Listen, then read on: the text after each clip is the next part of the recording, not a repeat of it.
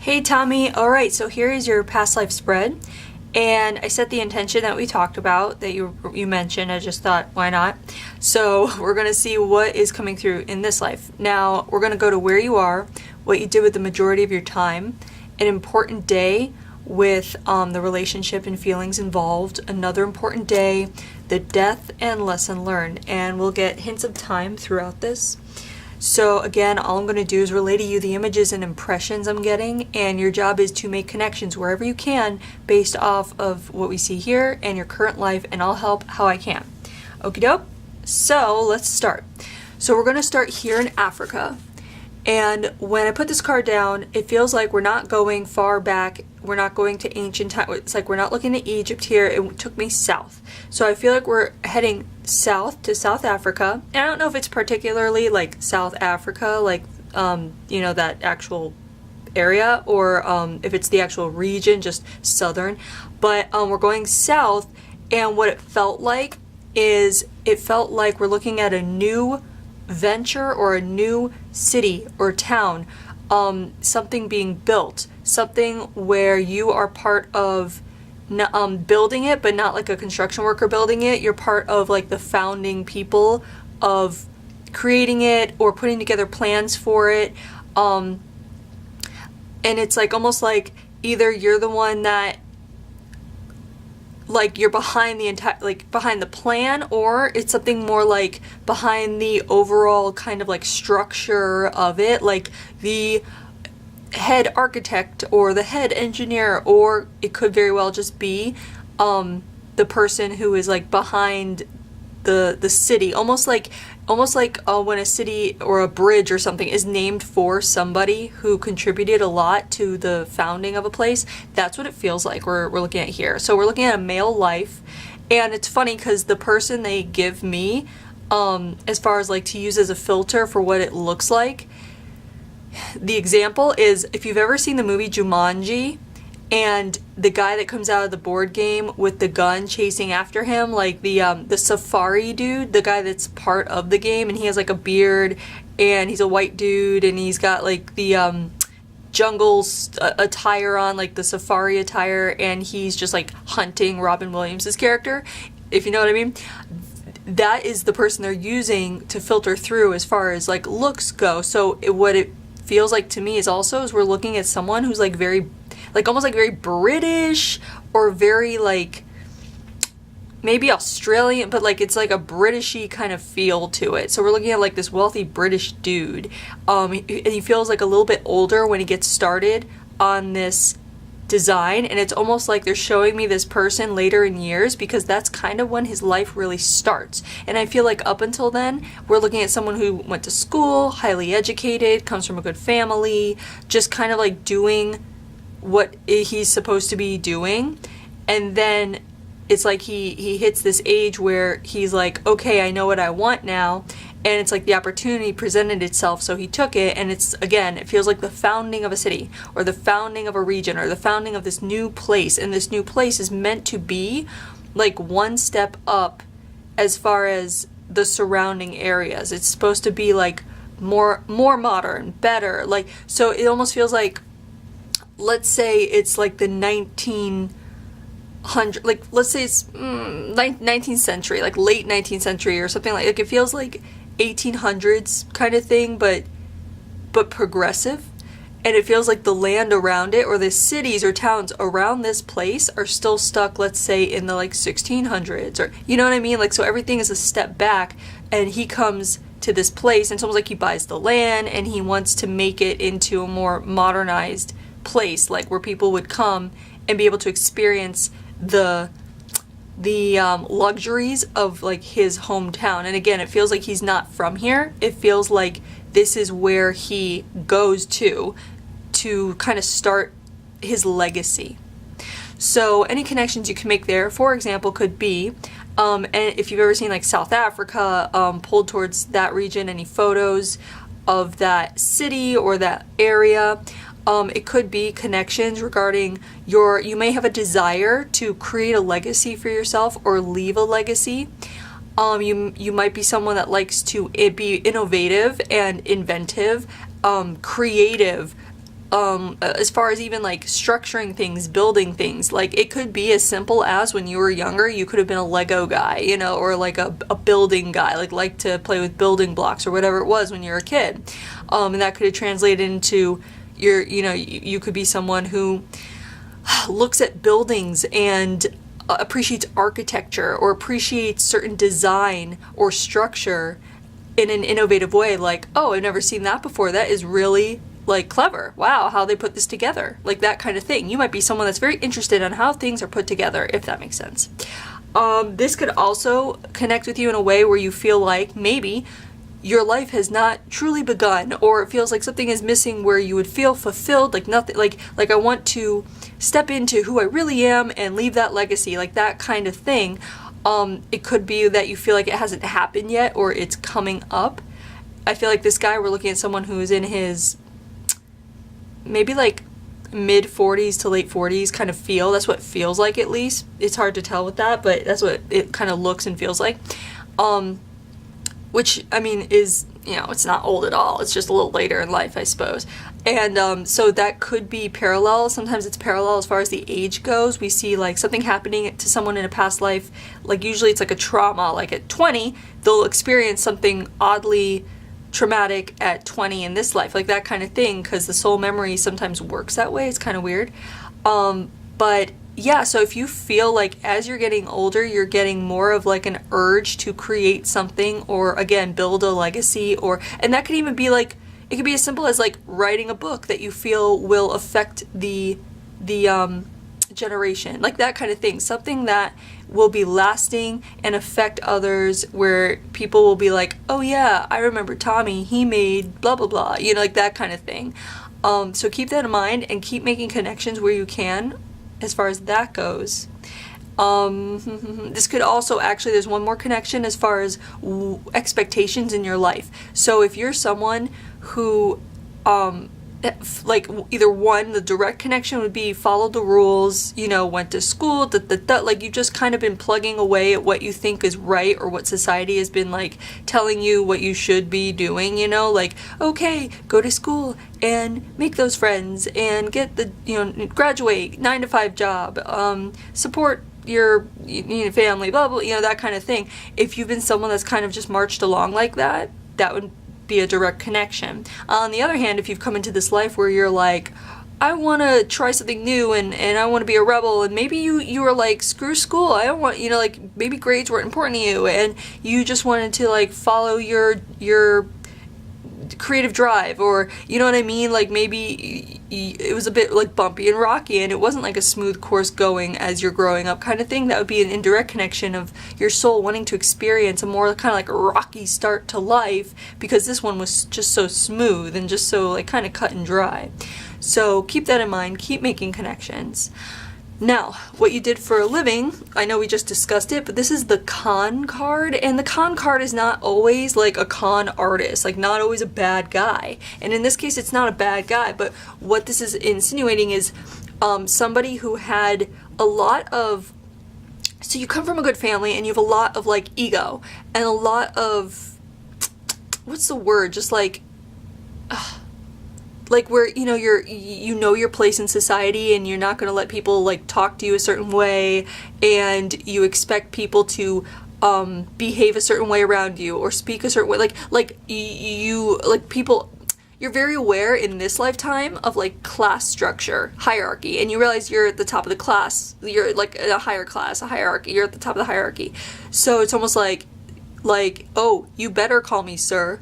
You know, that kind of thing, where it's like you demand respect, like, but more than just respect, it's more of like an ego-based respect, and this follows you in your creation of this project that we're talking about. And it's not a bad thing, it's just you're a product of your times. So this person, the con card comes because it's almost like there's a lot of like, at other people's expense, you get what you want. So, you know, in order to get what you want, you might possibly throw someone under the bus, but to you, because of the times and the, you know, based on how you grew up, it's not throwing someone under the bus, because it's like someone that is below you. So you really shouldn't care about them. It's kind of like, you know, it's like a king to a servant kind of thing. You know, if you're brought up as a king and you're brought up as a servant, both of you understand your roles, even though it's not fair, and you both treat the other a certain way based on how society dictates you treat each other, right? So that's what we're talking about here. So that's why the con card is coming up, because we know what you're doing as a living. You come from such a good family and such wealth that you are on your way to creating your legacy, creating this new place. But to do so, there are a lot of people that, what's it called? I don't want to say thrown under the bus, because it's just that there's a lot of people basically that work for you and have to put up with your demands. And you have a lot of demands because it's just how you were raised, kind of thing.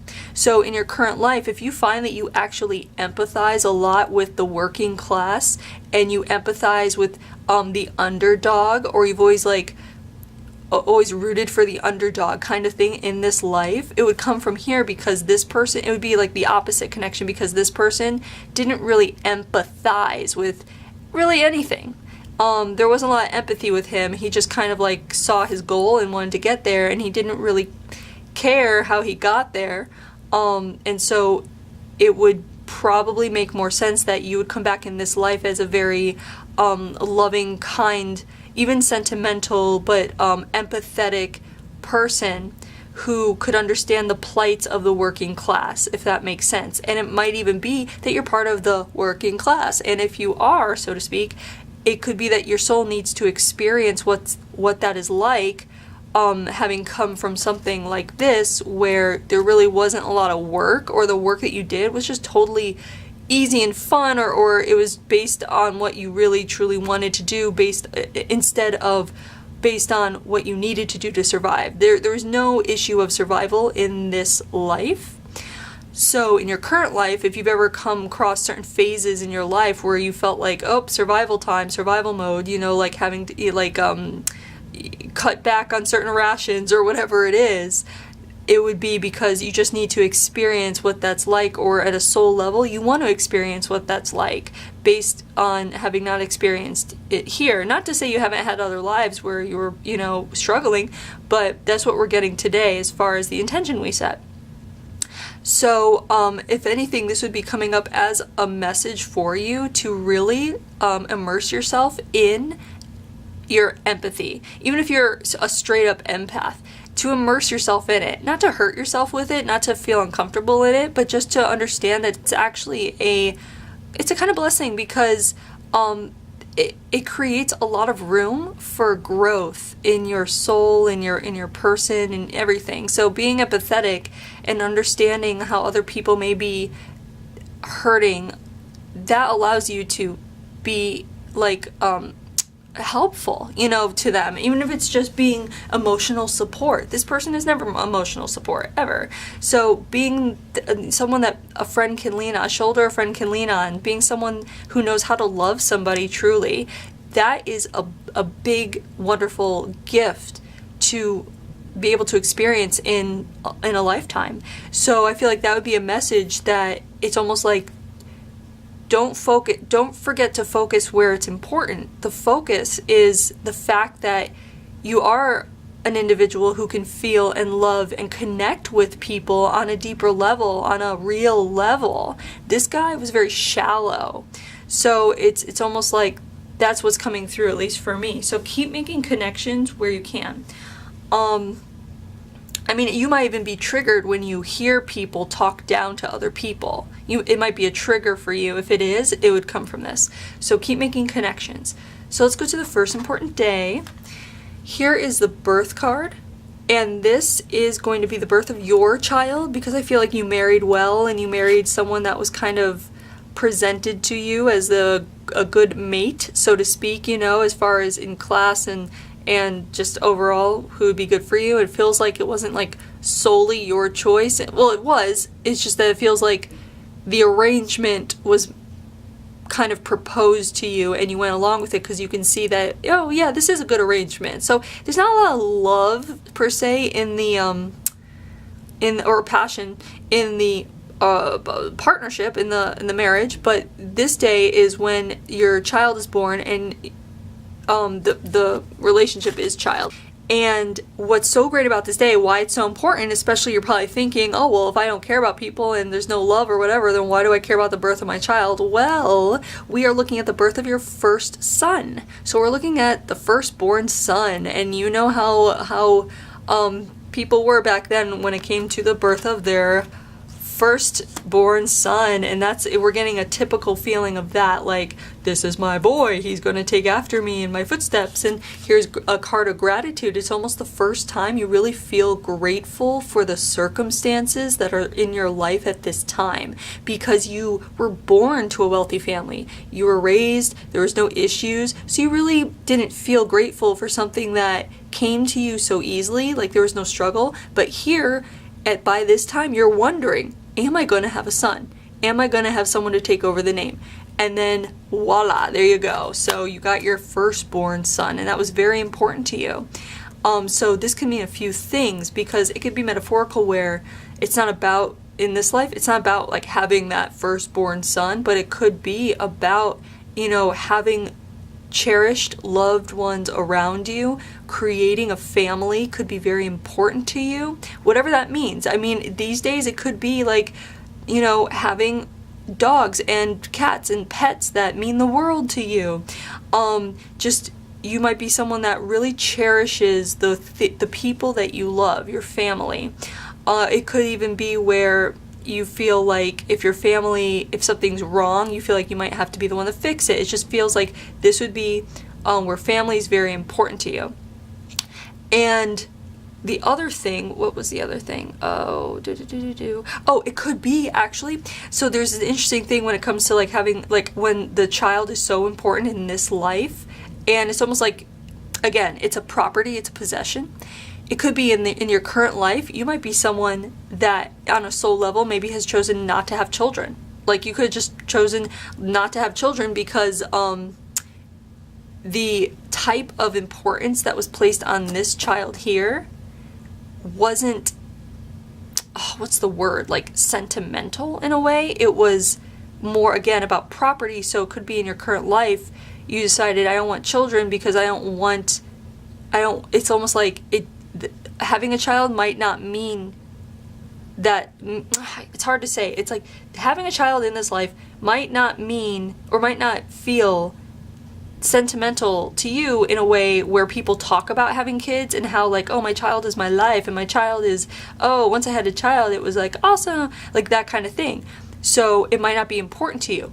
Or the opposite, that other connection where it could be so important to you to have a child or children in this life in order to shower them with the love and affection and sentimentality that this child didn't really get, or that this child wasn't seen as. Because even though this child got everything it wanted, there was still, the father wasn't able to provide, even the mother too. It's kind of like when you think of British aristocracy, it's like there's a removal of warmth. That's what it is. Lack of warmth. And so in your current life, that's what I feel might be like the big difference, is you could be someone who's very warm. Like you're a warm person. And if anything, I would say to, again, with the empathy, is like focus on that. Like focus on all these things that you are in this life, all these things that you have that aren't showing up here. Because here, it's like you're cold, you're not empathetic, you're very work-driven. It's not about connections with people, it's about property. And so you could have come back in this life as a empathetic, warm, loving, connected person. And it's almost like that message is kind of like, that's where the wealth is. That's where the riches are. That is the most enriching thing about living, is being able to feel those things and connect with them and understand how powerful and important that those things are, more so than this man's, pocketbook, so to speak. So keep that in mind and keep making connections here. Also, whenever the grateful card comes up, it's always a little message to remember to focus on gratitude. And you could be someone who is very grateful for many things. This man was not grateful for many things. He was, and in a sense, honestly, this gratitude at this birth, actually, when I laid it down, felt a little bit religious, almost like he felt like that's almost like gratitude to God for bestowing him with this firstborn child. You know what I mean? Like that kind of gratitude. It's not even like a heartfelt gratitude. In this life, I feel like your focus and purpose is more heart-based. And that's really important. So keep that in mind. And let's go to the next important day here. So here is the Conquered welcome card. And this feels like, it's almost like the Conquered card and the welcome card. It's both. So, you know, the Conquered's up here, welcome's up here. Usually it's one or the other, but this time it feels like both. And I'll tell you why. It feels like both because in order for you to build this city and get it going, you had to basically take land that wasn't technically yours. Even though you purchased it, it felt more like, it's almost like indigenous land that was taken and then sold to you, is what it feels like. So technically, legally, it's your land. But as we're seeing here in the United States, we're seeing, you know, the indigenous people coming back and like, no, this is our this is our land. We never sold it. This is our, you know what I mean? Like that kind of thing. And so that's where the conquering comes in. And then the welcome card is the people that are flooding into this city. So it feels like by this time it's complete. And we're looking almost like a decade or two down the road where this city it's not complete, but it's started, like the base of it is complete, like the central part, so people can live there, people can work there and thrive, and it's in its beginning building process where it's going to eventually become bigger and bigger, because I do feel like this is still here today. Like you can go take a plane over to wherever it is and see it today, is kind of thing, is what I feel like, and that's much bigger now. But it feels like that's what it feels like. So it feels like it's both like taking land and also giving giving a, what's it called, like taking land and giving land. So it's taking land kind of wrongfully, but also you created this place where it creates opportunities for even the locals or natives to come and work and make a living kind of thing. So there's this weird torn feeling about it, which could you can connect with that in many ways, I'm sure, metaphorically, you know, being torn between two kind of things, like, oh, this is wrong but it's also right.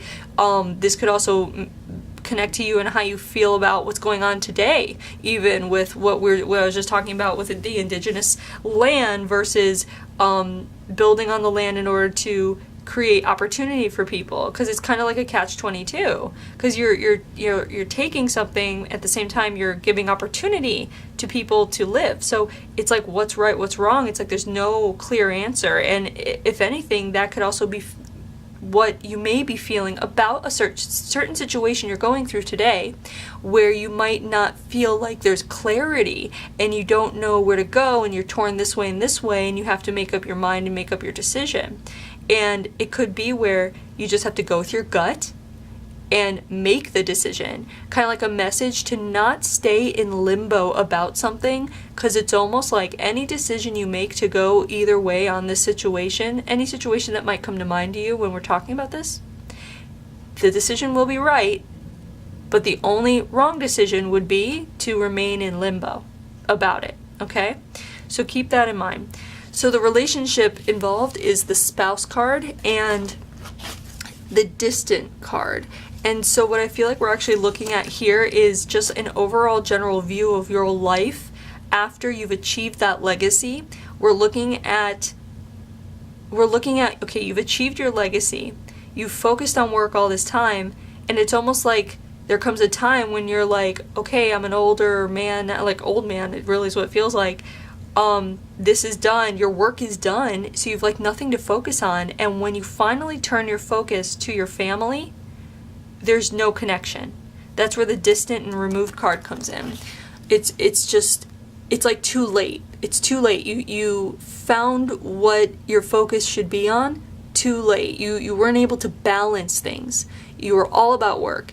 And so your wife or your partner, whatever, there's no warmth, there's no connection. I mean, it's like she's a good partner, a good wife, but only to the extent of what she's supposed to be doing as a wife, being a good host and making sure, everything is taken care of in her department, so to speak, but there's no connection. And it's like we get that at the very end where there's a little realization there of, maybe I should have balanced things out more. Maybe, you know what I mean? Just because you're so used to having everything your way and being proud of yourself and being, feeling fulfilled in your work, that when you finally, again, later in life, turn to your family, there's no feeling of fulfillment. It's like you realize, like, your family should be work too, so to speak. Not in a bad way, but the dedication you put into your life's work you should have been putting that dedication into your family.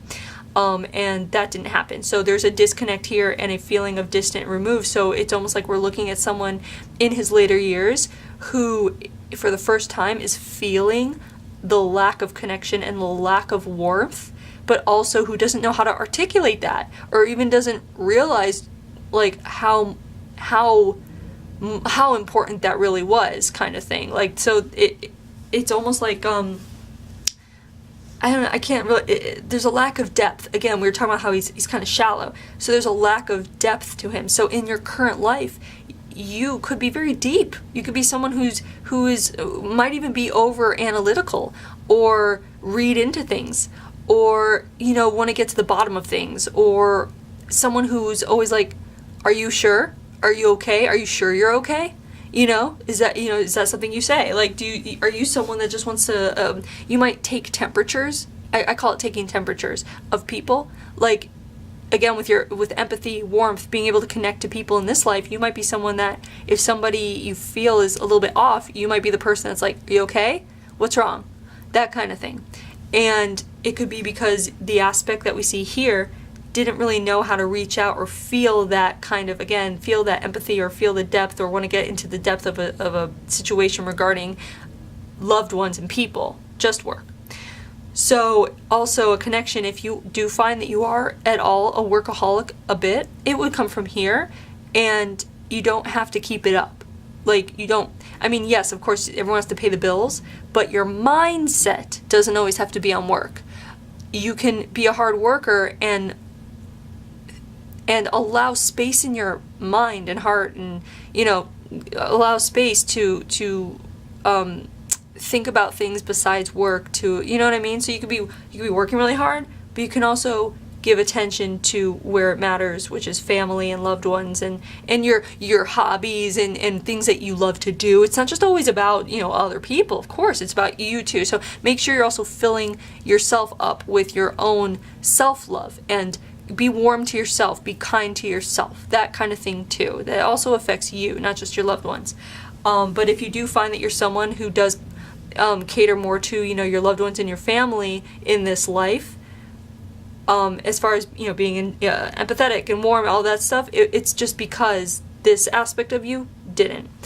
And I do want to mention too, what's coming up is just because, we do tend to see people who are very wealthy also as kind of cold or not empathetic or not warm. A lot of times we do see that, and that's not a message that that's the only way to do it, that's the only way to be if you're going to be wealthy, only wealth comes to people who are workaholics and who are cold. That's not the message at all, so don't get that in your mind, but it just happens to be what we're seeing here. So let's go to the death here. This is the accident card. I feel like this, when I put this down, it feels like the accident actually happened for two things. One, your age. So it feels like we're looking at someone who's becoming older and more frail. And it also, again, it's like at your work. It's like your work site or whatever it is. Like you're in this town that you've created. And I feel like, yeah, you live there, but it feels like you're at work. And it's like, it feels like you're really old. Like, why are you at work? Like, that's what it feels like. It's like, no, this is like total hardcore retirement time, and there's no retirement for you. And it feels like something happens where it's like you fall and something breaks, and it's not taken care of in time, or not taken care of in a way that we could today because of the medicine we have today. And so I feel like that it doesn't feel like you die from it like immediately. It feels like you fall, you hurt, and I feel like it's from your waist down. So it's either you break a hip, you break a leg, you break something like that, from the waist down. And it's almost like you're bedridden, and then because you're bedridden, you get so depressed, you can't work. It's almost like you just kind of fade out. And that's how you end up passing.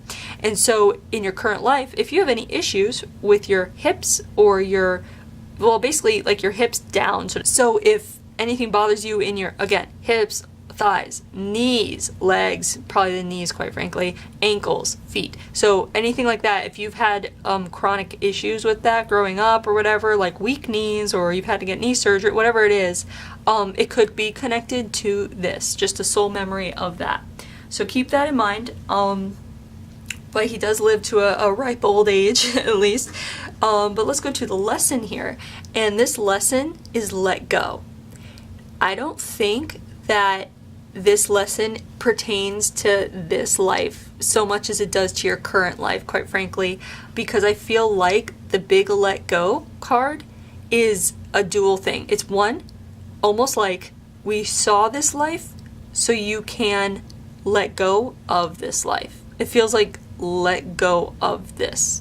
Any qualities you don't like that you've heard from this aspect of you, let go of it, as though like, okay, I heard it, all right, I get it, okay, goodbye. That kind of thing. Also, I feel like the let go card has to do with letting go of any expectations that you feel like you're not meeting, because you will achieve everything you're meant to in this life as long as you follow your excitement, follow what moves you, follow what makes you happy. Everything will happen for you that's meant to happen. So let go of expectations. Let go of what's meant to be. You know, if you're having thoughts of, well, I feel like I'm supposed to do this, and I'm supposed to do that. Just let go of it and go with the flow. I feel like this card is more. If I could rewrite it, for you it would be go with the flow. Let go of expectation and let go of this life. Almost like it's like a release. So it's not like, oh, I'm going to put it away and forget it ever happened. It's more like a gathering it together in your mind. Almost, you can almost feel it if you sit. This is why meditation is so good. But it's not like a sit, meditate, let go of your thoughts meditation. It's more like a sit, gather, and process this, all the things that are coming through that you feel connect with you. Hold it there, so you can feel this life almost like in your mind. And then let it go, let go of all the qualities that you don't connect with anymore, or that you feel like you don't want to connect with anymore. Even the physical stuff. Let's say you do have knee issues. Take that as part of the qualities of this life, put it into that mind bubble, collecting this life, and then collecting this life in your mind, like I'm talking about, and then release it in a way where you kind of like see it kind of going up and away. So it's like you're not forgetting about it, you're not tucking it away, you're releasing it. It's totally different. Some people think that letting go of something is forgetting about it, but letting go of something is actually releasing. So it's that's what I feel like this card is for. It's like let go, release any expectations you have in this life for you that aren't aligned with what makes you happiest, if that makes sense. So if you have expectations in your life, this is what I want to say. If you have expectations right now of you, of others even, of your life right now, that make you feel bad, because you haven't attained them, that make you feel bad because it makes you feel like you're lacking, or it makes it feel like you're not working hard enough, or it makes it feel like you're doing something wrong, or it makes you feel like, oh, I should have done that when I was younger, or I should have done those kinds of feelings. If you have expectations that make you feel that way, time to release them. Like literally let go of that crap. Like just let it go. And when you let it go and you release it, you will feel a burden lifting. Like, it happens. You literally feel a burden go, because then you're able to focus on the things that make you happy and that matter and that are enriching to your life and that are warm and loving and good for you. Do you know what I mean? Because if we focus on those expectations, if we have those expectations that just make us crappy for not having exceeded them or met them yet, then you're crowding that space. You're filling your space with things that are just kind of like hurtful and they don't help. They're not helpful. So you want to let go of the expectations so you can actually, create space for all the good stuff, for all the things that make you feel good about yourself and that that make you feel more whole and connected. Okay? If that makes sense. And feel free to, message me and let me know if you need more clarification about that, okay?